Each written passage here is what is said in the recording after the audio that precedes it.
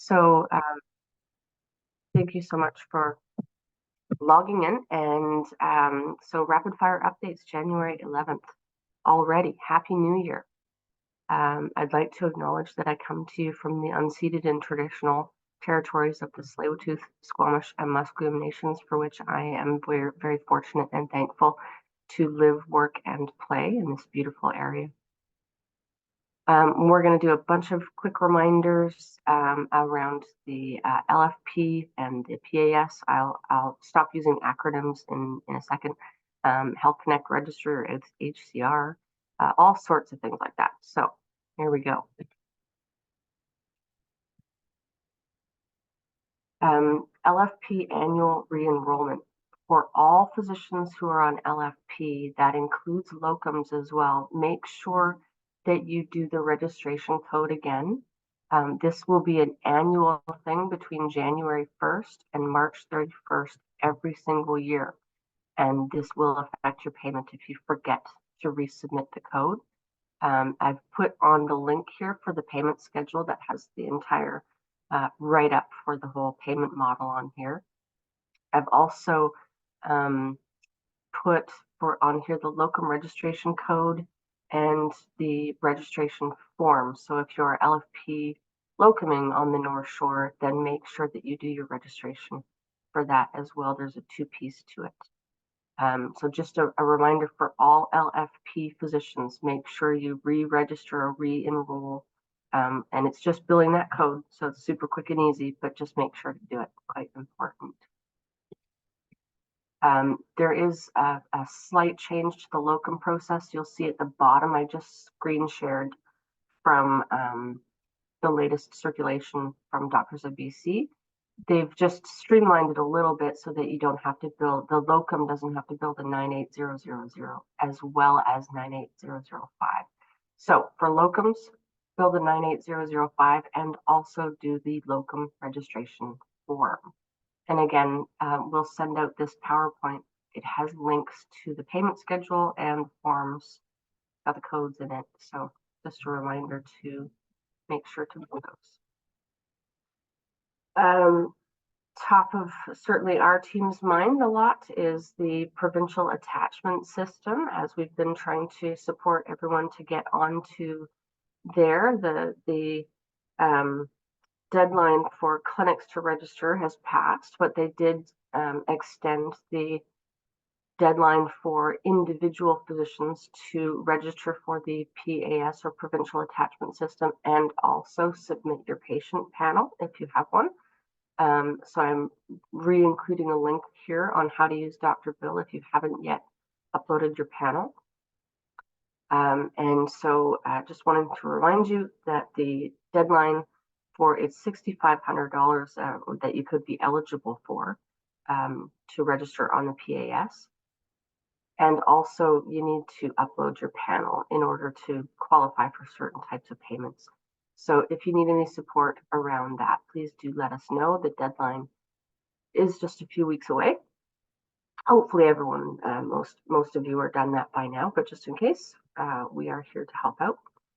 And we are learning little bits and pieces along the way around panel maintenance. So we now know that once you have uploaded your panel to the PAS system and you've got the bulk of your patients that are listed on there, to add them as you go along, if you accept a new patient, you just build the attachment code 98990, and that will automatically, within a couple of days, add that patient to your patient panel on the PAS.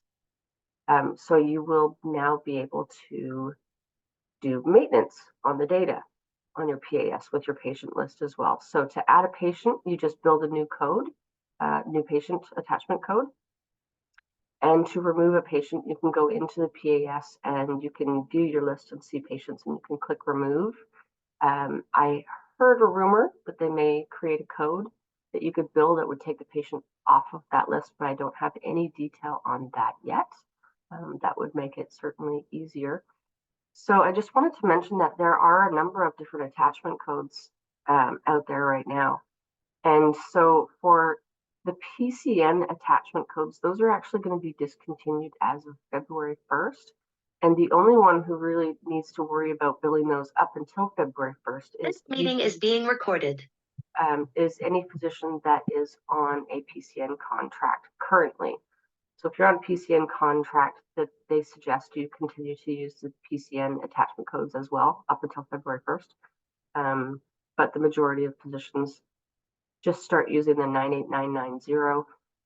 You've probably uploaded your patient panel already, so this will just add patients to your list whenever you accept them. I also, as always, left the email address for lfp.billing@doctorsofbc in case anybody has any questions they'd like to reach out directly to Doctors of BC or LFP Billing. And then we have some news around Health Connect Registry. Many of you have heard of GP Link, which is our waitlist attachment mechanism at the North Shore Division.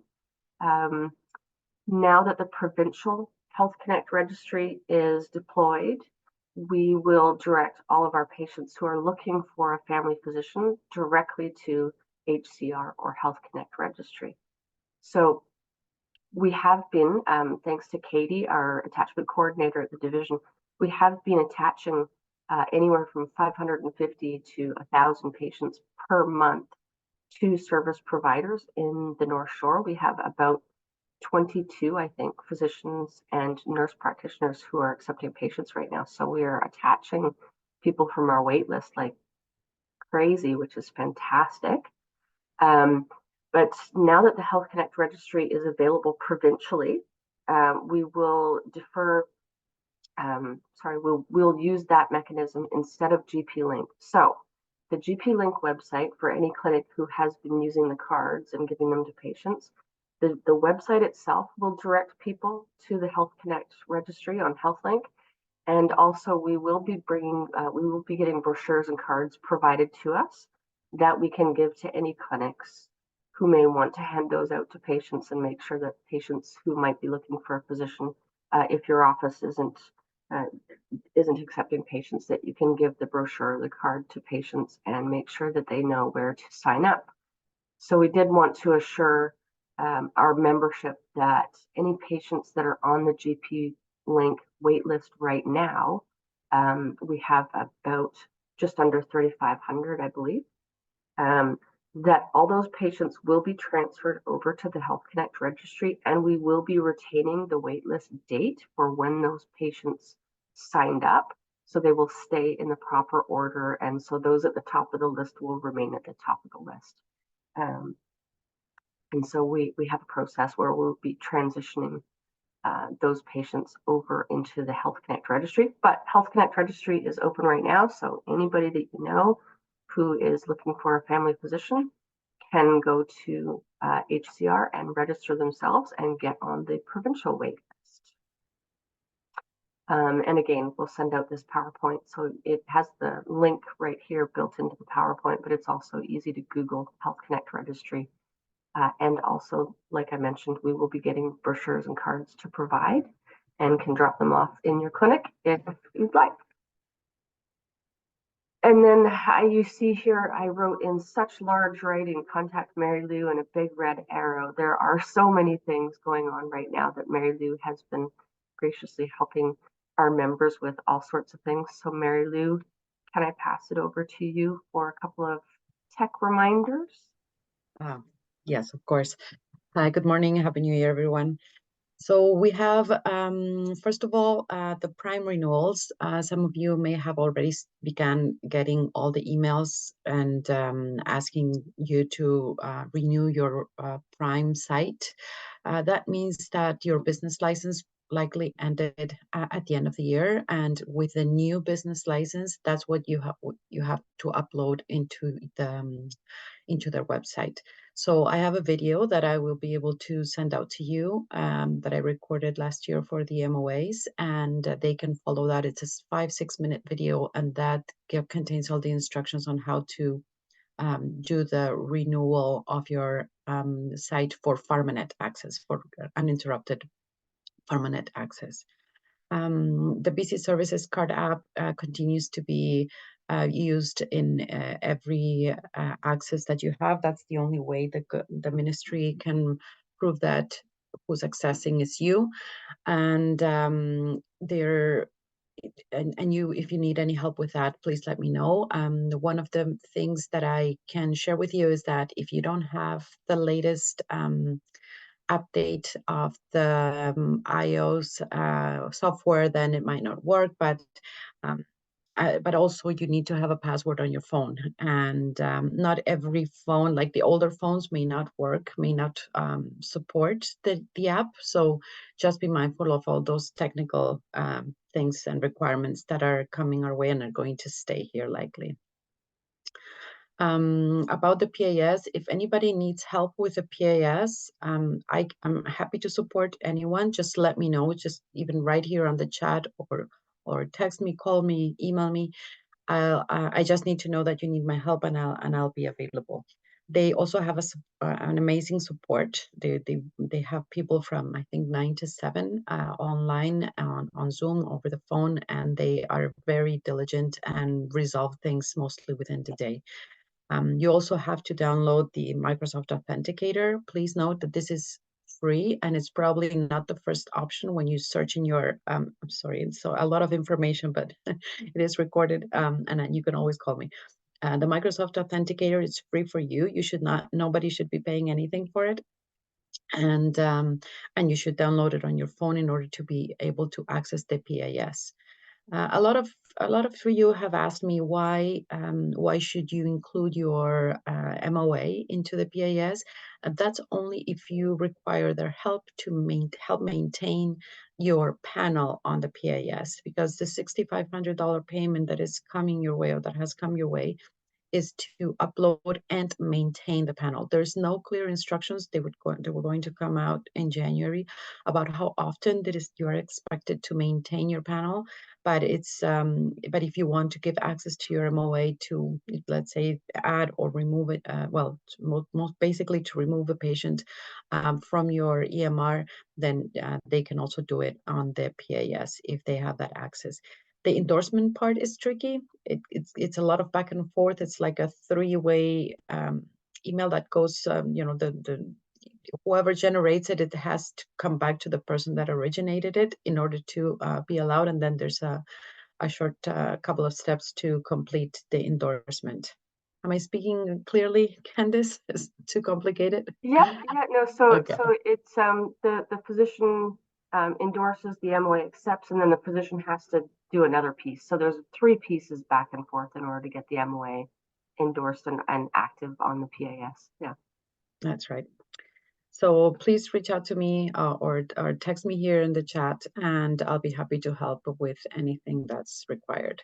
The process can be more complicated for new clinics because they have to they have to follow a different process. They used to fill out a form. Now the form is no longer valid. So just contact me if your clinic is not listed yet on the PAS.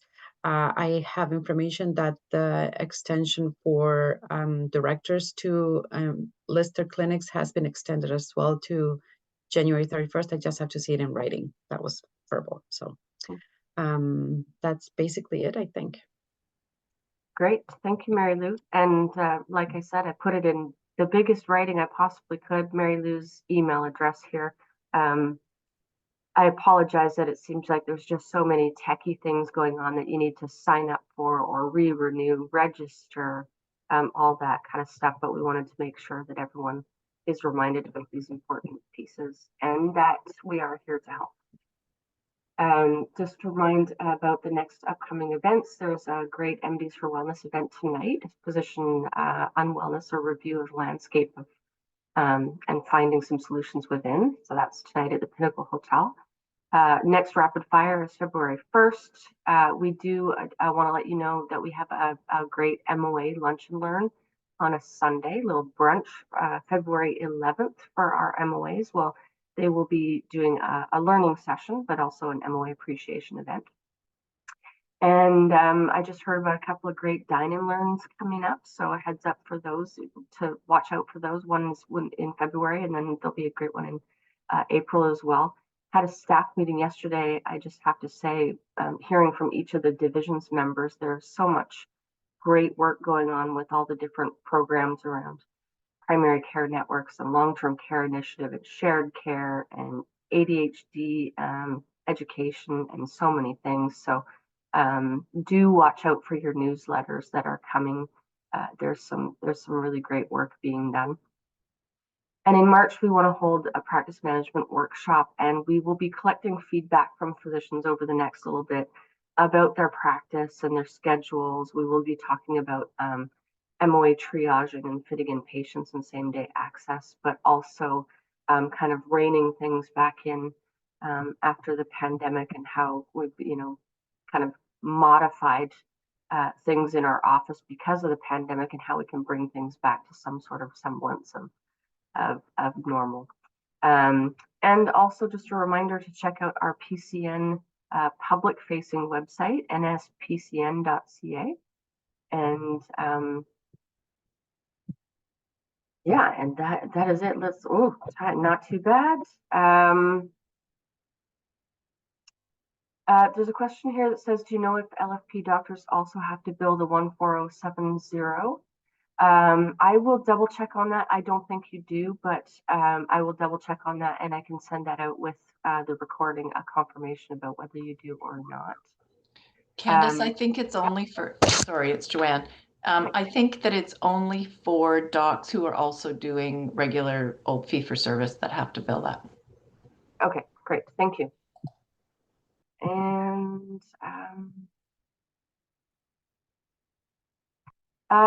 And then there's another question about any news for those who work in long-term care. I know that is coming. I don't have any specific dates or information on that. And also a reminder, there's a couple of people who are logged in under a generic iPhone name or a number. We can't pay you your sessional if we can't register you as attending this meeting. So if your name shows up as a generic iPhone or a number or something like that, and we don't know who you are, please just put it in the chat feature, and that way we can register you as attending. And I think I have covered the questions that I can see in the chat. There's a heads up that home-based HPV testing coming January 29th. Yeah, that's right. And actually, we recorded a session last Rapid Fire that was a bit about the HPV testing and coming out. And so perhaps I should re-include that recording also. And we will send out the recording link later this afternoon to all physicians who attended, to the whole membership. And so there's a question in there that just says, where do we find the recording link? We will send it out via email. And there we have it, 7:34. I hope you have a fantastic Thursday. Mary Lou, Kelsey, and I are always around should any of things spark a need for support or have any other further questions. Please do email us or reach out to us and let us know. Have a fantastic day, everyone.